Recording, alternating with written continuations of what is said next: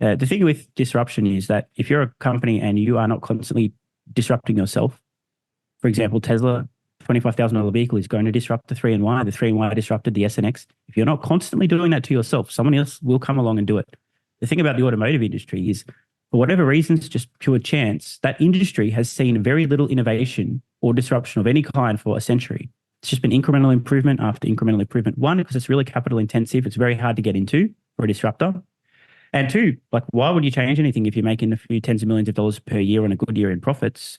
Add a cup holder for next year's model and suddenly they keep selling. You can manipulate people with advertising into thinking your vehicles are safe when they're not, or, you know, that you'll get the girl if you buy this vehicle and you won't.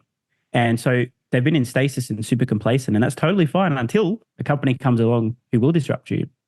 But in order for a company to survive, they constantly need to be disrupting themselves. A good example of what's happening now with these large language models applies pretty strongly, for example, to Google, who dominate search. But LLMs are going to completely replace search, because the whole reason that people search is not for the process of searching, but to find the end result. And an LLM can cut out search engines completely. You tell it what you want, and it'll do the end destination stuff.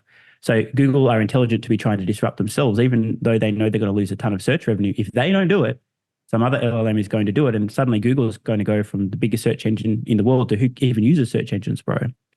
And so I think these automotive companies are learning the lesson that because they weren't attempting to disrupt themselves, someone is about to do it for them.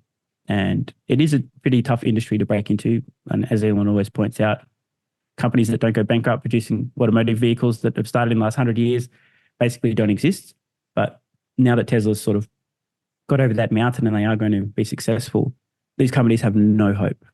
And the key for Tesla, for investors to keep an eye on in the future, is can they retain that DNA where they're extremely aggressive, resourceful, lean, efficient, constantly trying to disrupt and disrupting themselves.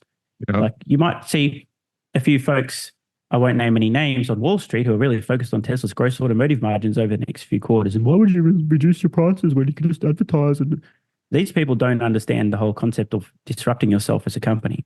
Tesla's going to keep driving the cost of their vehicles down and making them better and cheaper over time.